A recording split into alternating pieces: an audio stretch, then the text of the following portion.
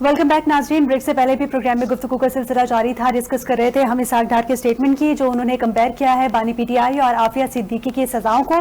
इम्तियाज फरहान साहब हमारे साथ मौजूद हैं। इम्तियाज साहब, आपसे ये जानना चाहूंगी, आप भी समझते हैं कि इसहाक डार के स्टेटमेंट को सियाक व सबाक से हट के पेश किया जा रहा है, या वाकई आप समझते हैं कि उन्होंने ये कंपेयर किया है सजाओं को?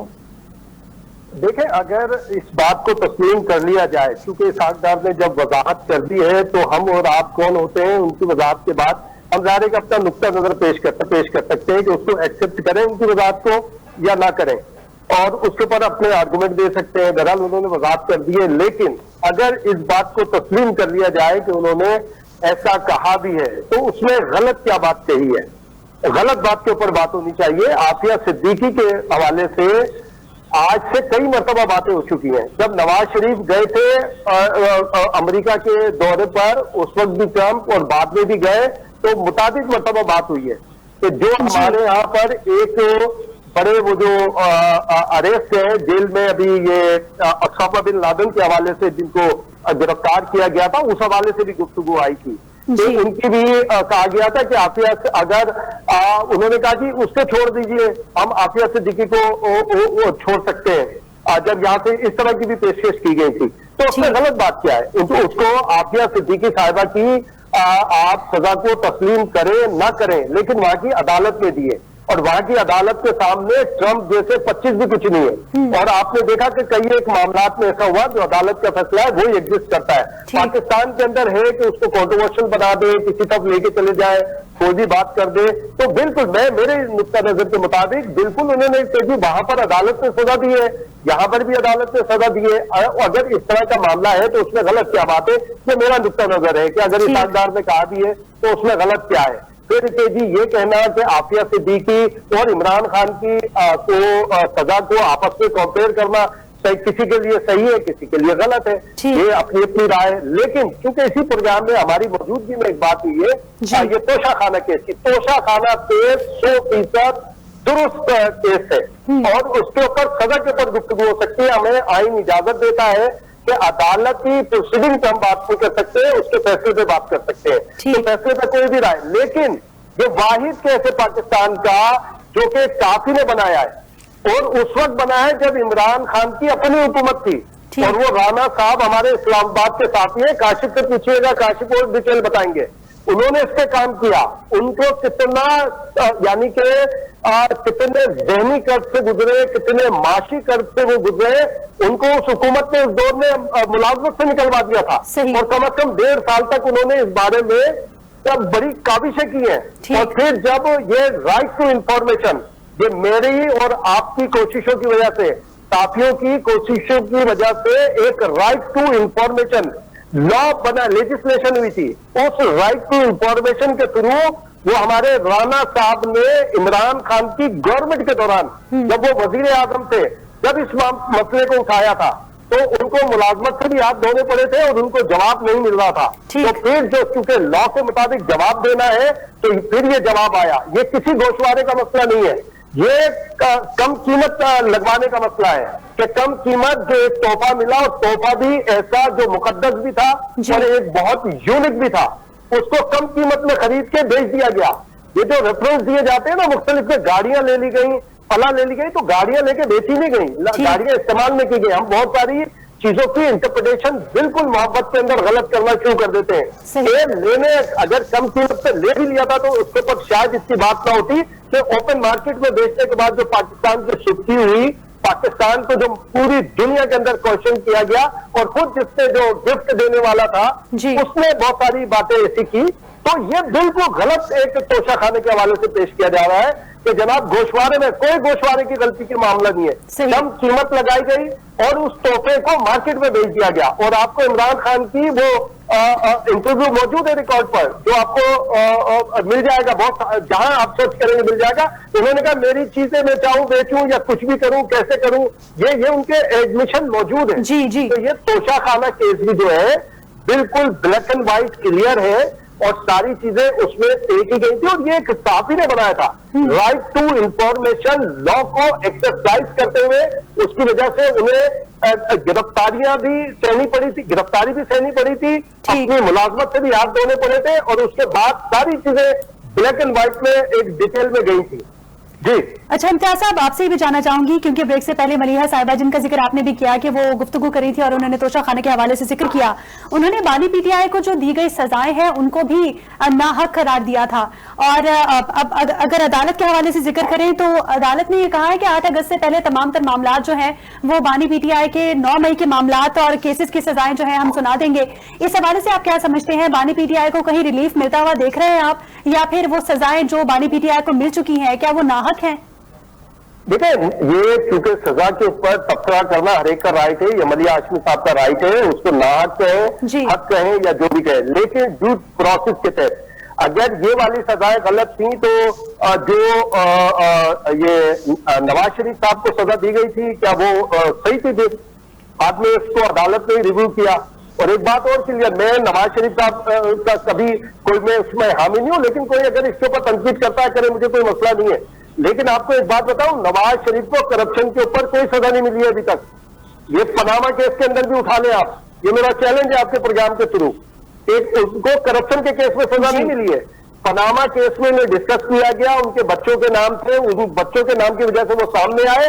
अगर वो ज्वाइंट इन्वेस्टिगेशन टीम के सामने पेश हो गए, अगर वो बयान न देते तो शायद उनको शामिल भी न किया जा सकता कानूनी तौर पर। और दूसरा, पनामा केस में उनको सजा नहीं मिली है, उनको बेटे से तनख्वाह न लेने के ऊपर सजा मिली है। लोग बोलते हैं ना कि करप्शन के ऊपर सजा मिली, उन्हें कोई करप्शन के ऊपर सजा नहीं मिली।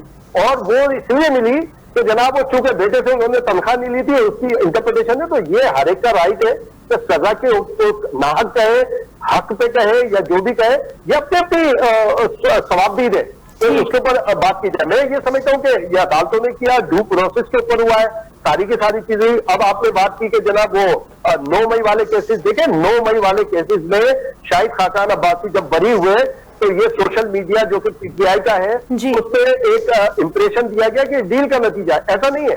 शाहिद खाकान अब्बासी की एक से ज्यादा चीजें मौजूद है कि उन्होंने इस तरह के एहतजाज से मना किया था और वो वहां पर मौजूद नहीं थे, वो उस वक्त कराची के अंदर मौजूद थे, सारे थे। और ये जितनों को सजाएं दी गई है, यास्मीन राशिद साहिबा समेत, अहमद चट्टा साहब समेत, सारे जिसको भी दी गई है, उनके ऑडियो, उनके वीडियो, अच्छा वो वीडियो है, वो ऑडियोज है जो खुद इन्हीं के सोशल मीडिया ने रिलीज की थी और वो बड़े अंदाज में, चाहे हसन नियाजी हो, वो इन्हीं लोगों ने रिलीज की है। ये किसी मैंने आपने या कोई सरकारी या किसी सरकार की जो बनी है वीडियोस, वो तो अलग है, वो तो अभी तो मंजर आम पर ही नहीं आई है। ये वही वीडियोस है, ये वही ऑडियोज है, किसी की भी है, ये जो खुद इन्हीं के सोशल मीडिया में जो पीटीआई के या यास्मीन राशिद साहिबा के हामी थे, उन्होंने मोहब्बत में किया या जज्बात में किया या आवाम को प्रमोट करने के लिए किया, वो सारे के सारे एविडेंस मौजूद है। उस बुनियाद के ऊपर सजा दी गई है। आगे अपील का हक है। अभी तो ये देखें, मिलिट्री कोर्ट ने नहीं दिए, मिलिट्री कोर्ट के ऊपर भी एक इशू चला था कि इसमें मिलिट्री कोर्ट के हवाले से बहुत सारे राइट और रॉन्ग उसके ऊपर डिबेट की गई थी, लेकिन ये इज़्ज़ात दहशतगर्दी अदालत की तरफ से सजाएं मिली है। मिलिट्री कोर्ट तो इसमें है ही नहीं, तो इसमें भी हाई कोर्ट है, इसमें भी सुप्रीम कोर्ट है, अपील का राइट है। लेकिन माजी में जो सजाएं दी गई थी, जो नवाज शरीफ को सजा दी गई थी, मिसाल अगेन मैं इसको कोट करूंगा, उसमें तो अपील की गुंजाइश ही नहीं थी। सही। उसमें तो किसी किस्म की गुंजाइश नहीं थी। वो तो रिव्यू किया। ये जो अभी जो नवाज शरीफ बरी हुए हैं, वो तो जब वो लंदन जा रहे थे और इन्हीं के दौर में गए थे, वो पीटीआई के दौर में, तो उस वक्त उनकी पेंडिंग थी एक अपील जो रिव्यू पिटिशन पे थी कि जो दोबारा के इस केस को रिव्यू किया जाए, वो पिटिशन पेंडिंग थी। उसी को चूंकि उस वक्त के कई एक जस्टिस साहिबान जो सो मोटो के मास्टर थे, वो जब वो रिटायर हो गए या नहीं थे जुडिशरी के अंदर, उसके बाद उसको रिव्यू सुना गया, उसके ऊपर भी अपनी एक राय आई। तो फैसले के ऊपर तबसरा करना हर एक का हक है, उसको हक पे समझना कि ये सही फैसला हुआ है या गलत हुआ है, इस पे भी राइट है कि आप उसके ऊपर अपनी राय दे सकते हैं, जो जिसके ऊपर राय हो। मेरी तो उस पर राय यह है कि खुद वो कहते हैं ना, उलझाए पाऊं यार का जुल्फे दराज में, लो आप अपने दाम में सयाद आ गया, या आप अपने दाम में सयाद आए सारे के सारे। ठीक। सही। अच्छा इम्तियाज साहब, आपसे भी जानना चाहूंगी, ये जो बानी पीटीआई के रिसेंट हमने ट्वीट्स देखे जो एस्टैब्लिशमेंट पर तनकीद उन्होंने की, एस्टैब्लिशमेंट के अगेंस्ट ट्वीट कर रहे हैं, वो आप समझते हैं कि ये प्रेशराइज होने की वजह से वो कर रहे हैं, प्रेशराइज होने का नतीजा है, या कोई और वजह है एस्टैब्लिशमेंट के खिलाफ वो खड़े हुए हैं इस वक्त? ये किसकी, कौन कर रहे हैं ट्वीट? बानी पीटीआई के हवाले से बात करिए, इमरान खान। देखिए, अभी कुछ दिन पहले जो जेलर है, सुपरिटेंडेंट थे या क्या अदियाला जेल के, उनका एक पूरा वो सोशल मीडिया पे गर्दिश किया था कि भाई क्या क्या इन्हें फैसिलिटीज दी गई हैं। ठीक, मैं कहता हूँ, मैं आपके प्रोग्राम के थ्रू ये फिर कह रहा हूँ, ये जेल मैनुअल की मुकम्मल खिलाफ वर्जी है और जेल मैनुअल में जो कुछ लिखा हुआ है उसके अगेंस्ट अदालत भी, बड़ी अदालत भी हो तो वो कोई फैसला नहीं कर सकती, उसको रिव्यू करने के लिए हिदायत दे सकती है, मगर उसके अगेंस्ट नहीं काम कर सकती। आप ये बताएं, मुझे कोई और कैदी बताएं, और चाहे शहीद बानी मुतलबा बेनजीर भुट्टो साहिबा हो, चाहे आसिफ जरदारी जब जेल में थे वो हो, चाहे नवाज शरीफ हो, चाहे मरियम नवाज साहिबा हो, या एनी जो भी जब केस के अंदर थे, कभी आपने सुना कि उनके ट्वीट आए, या कभी उन्होंने किसी बाहर के मुल्क को बयान दिया है, नहीं, या कभी कुछ किया है? वो लोग मिलने जाते थे, वो खबरें आती थी। अब यहां पर अब सूरत ये चल रही है कि जो मिल नहीं सकते वो बयान देते हैं, जो मिल के आते हैं वो कोई ध्यान ही नहीं देते, वो कुछ और बात कर रहे होते हैं। अब चाहे वो सेनेट के इलेक्शन हो, सेनेट के इलेक्शन में देख ले, बैरिस्टर साहब जाके मिलकर आए, सारी बात हुई, उन्होंने आके वहां सेनेट जो खैबर पख्तूनख्वा के सेनेट के इंतखाबात हुए, सारा वही 6-5 का फार्मूला एक्सरसाइज हुआ। लोगों ने बोला नहीं, ये तो अली अमीन गंडापुर ने, अगर अली अमीन गंडापुर ने किया है तो क्या अभी तक अलीमा खान साहबा ने उस फार्मूले के अगेंस्ट कोई बात की है, या उस सेनेट के इंतखाबात के खिलाफ कोई बात की है, या खुद बानी का कोई ट्वीट आया है, या कोई और चीज आई है सामने? तो इट मीन्स के ये भी तयशुदा था। अली अमीन गंडापुर को बिला वजह हम इल्जाम तलाशी ये करते हैं, जो बहुत सारे लोग के जनाब यहाँ पे उसने अपनी डील निभाई है, या बैरिस्टर सेठ साहब के हवाले से बात करते हैं, तो इसका मतलब है ऑन बोर्ड थे ना। अभी तक कोई नहीं आया कि जनाब हम नहीं मानते, हम रिजल्ट नहीं मानते, क्योंकि ये रिजल्ट से ये हमारे बानी के थॉट के अगेंस्ट हुआ है या उनकी हिदायत के अगेंस्ट हुआ है, इसलिए हम नहीं तस्लीम करते, जैसे बहुत सारी चीजें तस्लीम नहीं की। इस पे आई है ये बात, अभी तक तो नहीं आई, तो इसका मतलब ये भी सारी चीजें तय हुई थी, सारी चीजें करके की गई थी। देखिए, सच कभी नहीं छुपता, अगर इनके साथ कोई ज्यादती हो रही है वो सामने आएगी, और उस पर मैं और आप ही गुफ्तगू करेंगे। हमने मासीमैन के लिए गुफ्तगू की, अभी भी हमने गुफ्तगू करते हैं। तो अब ये उसके ऊपर जब जो इनके हक में बात की जाए वो कहते बिल्कुल सही है, जब आप करते थोड़ी सी दूसरी साइड की बात तो ये कहते हैं ये जनाब ये तो बिके हुए हैं, ये फला के हैं, ये फला के हैं, इल्जाम तराशी शुरू कर देते। तो लेकिन रियलिटी ये है कि तोशा खाना केस एक सहाफी ने बनाया है। पाकिस्तान की हिस्ट्री में ये चंद केसेस में होगा या वाहिद केस होगा कि जो एक सहाफी ने राइट टू इंफॉर्मेशन एक लॉ को एक्सरसाइज करते हुए बनाया। इसी तरह अगर आप ये लें 9 मई वाला मामला ले लें, या ये और दूसरे मामला ले लें, यानी ट्वीट होना बिल्कुल करना चाहिए। मुखालफत शहीद रानी मोहतरमा बेनजीर भुट्टो साहिबा जब गिरफ्तार थी, पेशी पे आती थी, या आसिफ जरदारी जब गिरफ्तार थे पेशी पे, तो जाहिर है हम सब कवर करने के लिए जाते थे सारे के सारे उनको, तो उस वक्त जो बात होती थी वो सबके सामने आ जाती थी। या केदी से मिलने को जाता था, वो बाहर आके, मैंने नहीं सुना, मैंने कभी नहीं सुना कि आप वहां से ट्वीट हुई हो, इंटरनेशनल कोई मीडिया को बयानात दिए गए हो या इंटरव्यूज दिए गए हो। सही, ये तो एक्स्ट्राऑर्डिनरी यानी कि सपोर्ट है, एक्स्ट्राऑर्डिनरी रिलीफ मिल रहा है। और आगे मैं समझता हूँ कि ये जो काशिफ ने एक बात कही थी इब्तिदा में, मैं आपको देखिए, डायलॉग पॉलिटिक्स में डायलॉग ही सब मसले का हल होता है। बिल्कुल, डायलॉग को अगर डील का नाम देंगे आप तो फिर ये 73 का कॉन्स्टिट्यूशन नहीं बन सकता था। ये भुट्टो साहब की, मुफ्ती महमूद साहब की, सरदार शेरबाज मजारी, वली खान साहब के साथ हमने बहुत टाइम गुजारा है। वली खान साहब ने वो फिर नहीं हो सकता था अगर वो डील होती। शाहमद नूरानी साहब नहीं आते, शाहमद नूरानी साहब नहीं उसके लिए सारी चीजें करते हो, तो जयत किस्म के पॉलिटिशियंस थे। तो ये बात है कि ये डील नहीं है। जमहूरियत में और सियासत के अंदर डायलॉग ही मसाइल का हल होते हैं, डायलॉग के जरिए। अच्छा, जिस तरह हम डायलॉग पे बात कर रहे हैं, इम्तियाज साहब आपसे ये भी जानना चाहूंगी कि आफ्टर ऑल दीज केसेस, तनकीद के बाद जो क्रिटिसिज्म हो रहा है बानी पीटीआई की तरफ से या पीटीआई की जानिब से हुकूमत पर, इस तमाम तर मामलात को देखते हुए आप ये समझते हैं कि अभी भी कोई रास्ता निकल सकता है हुकूमत और पीटीआई में मुज़ाकरात का या बातचीत करने का? देखिए, हुकूमत तो तैयार है, वो हुकूमत से बात करने को तैयार नहीं है। ठीक है। अब देखें, बहुत सारी बातें होती हैं पलवशा जब हम ये करते हैं ना, मिसाल के तौर पे एब्सोल्यूट नॉट, अमेरिका की साजिश हुई, हुकूमत से निकाल दिया गया, ट्रंप की इलेक्शन हो रही थी तो कामयाबी की दुआ कौन मांग रहा था, और हंस हंस के कौन बोल रहे थे, और कई एक बड़े बड़े इनके लीडर साहबान हंस हंस के बोल रहे थे, और ट्रंप ने आ लेने में, और ट्रंप ने शहर वेखेंगे, शहर वेखना होंदा की है, ठीक है, कहते थे, नहीं कहते थे, क्या हुआ फिर? तो अमेरिका के लिए, ट्रंप के लिए कहते थे ना। और अभी जो सारी एक्सरसाइज हो रही है, जो लॉबिंग हो रही है सारी, वो कहां पर हो रही है? इनके जरिए हो रही है, क्या अमेरिका के जरिए नहीं हो रही? हम कहते हैं राइट है इनका, बिल्कुल सही कर रहे हैं। ऐसे ही होता है सियासत में कि जी लॉबिंग करते हैं।